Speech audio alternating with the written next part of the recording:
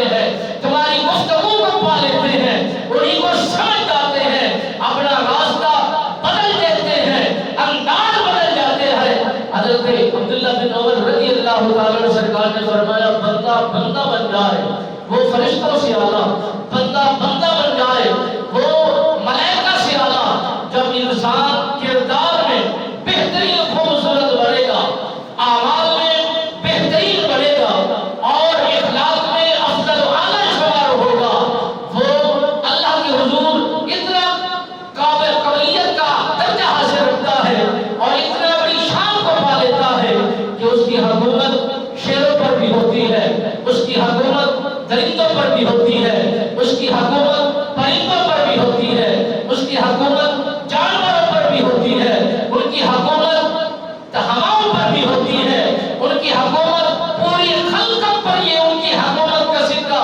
راج کیا جاتا ہے۔ جب تب ہوتا ہے جب بندہ مومن اللہ کا بندہ بن کے اپنی عبادت اور ریاضت میں اتنا مشغول ہو جائے، رب کہے کہ اسے کچھ نہ کہنا، یہی میرا ہے، میں اسی کا ہوں، نہ اسے خوف ہے، نہ اسے غم ہے، نہ اس کو کسی کا ڈر ہے، نہ کسی سے گھبراتا ہے، نہ ہی کسی سے پریشان ہوتا ہے۔ حضرت امام حسن بصری نے یہ بات لکھی ہے، آپ فرماتے ہیں جب بندہ مومن درویشی کی شکل اختیار کر جائے، سوٹ بوٹ چھوڑ دیتا ہے، غرور تکبر کی لعنت سے جدا ہو جاتا ہے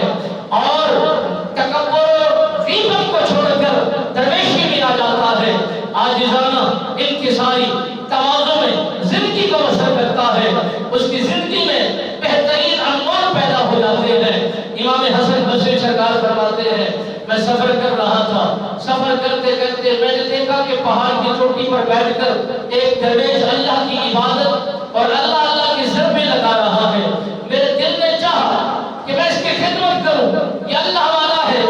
ہاتھ اٹھائے گا اپنے ہاتھوں میں، اپنے جملوں میں مجھے بھی یاد رکھے گا، مجھے بھی شمار کرے گا،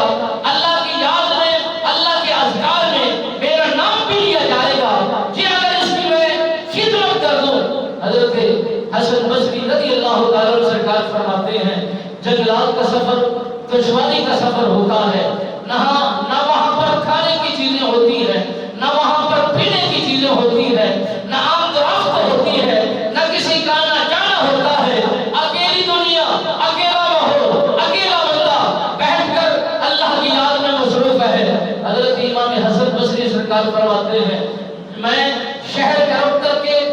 جو زندگی کے لوازمات تھے، جو زندگی کے کھانے پینے کی اشیاء تھی، ساری اکٹھی کر کے میں ایک گٹھری بنا کر اس درویش کی دربار میں پہنچا اور اس نے مجھے دیکھا، میں نے اسے دیکھا اور پوچھنا چاہا اس نے کہ آپ خیریت سے آئے ہیں، کیا چاہتے ہیں مجھ سے؟ میں نے پوچھنا اور جواب دیا حضور آپ سے ملاقات کا ارادہ رکھتا ہوں، یہ کوئی چیزیں آپ کے کھانے کے لیے لایا ہوں۔ آپ نے فرمایا میں ان چیزوں کا محتاج نہیں، یہ چیزیں ساری میری محتاج